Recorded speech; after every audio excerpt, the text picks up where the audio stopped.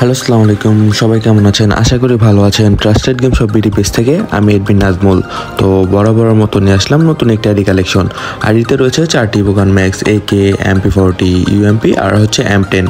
আর তাছাড়াও আইডিতে আরও অনেক রেয়ার কালেকশন রয়েছে, যেমন হিপ হপ, সাকুরা, বানি, আরও অনেক কালেকশন। আইডিতে রয়েছে 79+ ইমোট কালেকশন।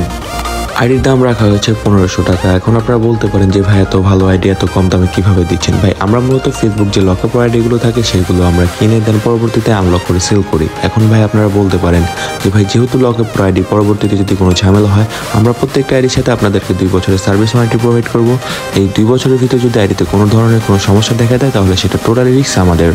এখন বলতে পারেন ভাই, আপনি ট্রাস্টেড না ফেক সেটা আমরা কিভাবে বুঝবো? এখন ভাই একটা কথা হইতেছে, আপনি আমার থেকে আইডি নেন কিংবা যার থেকে আইডি নেন, মাস্ট বি আপনারা যে কোনো সেলার থেকে যদি আইডি কিনতে চান, সেক্ষেত্রে অবশ্যই সেলার থেকে তার সেলারের নিজের আইডি কার্ড নেবেন, সেলারের বাবা মার আইডি কার্ড নেবেন, আর অবশ্যই সেলারের আইডি কার্ডের একটা ভিডিও করে দিতে বলবেন যে এটা কি সেলার আইডি কার্ড কিনা। আরেকটা কাজ করবেন যে কখনো পার্সোনাল নাম্বারে লেনদেন করবেন না।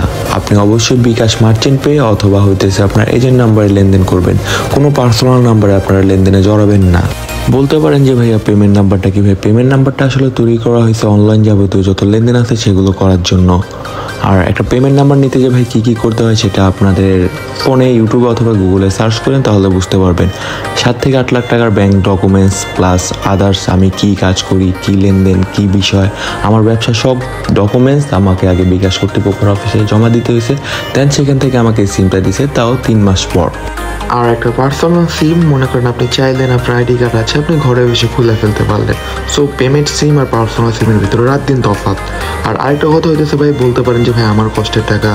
ভাইয়া, আপনারও কষ্টের টাকা, আমারও কষ্টের টাকাতে কেন আইডি, ঠিক আছে? এখন একটা কথা হইতেছে কি ভাই জানেন, এটা শুনতে হইতে বা অনেকটা পরিমাণ তেতো লাগবে, বাট এটাই ভাই বাস্তবতা, যে দুনিয়াতে কিন্তু ভাই স্বার্থ ছাড়া কেউই কাজ করে না, ঠিক আছে? এখানে ভাই দেখেন, আপনি আমার থেকে আইডিটা কিনতে আসছেন, কী কারণে কিনতে আসছেন? আপনার একটা শখ পূরণ হবে, আপনি একটা ভালো আইডি দিয়ে খেলতে পারবেন। আমি এখানে আইডি সেল করতেছি, কেন করতেছি ভাই? এখানেও কিন্তু আমার স্বার্থ আছে, তাই না? এই যে আমি আইডিটা সেল করব,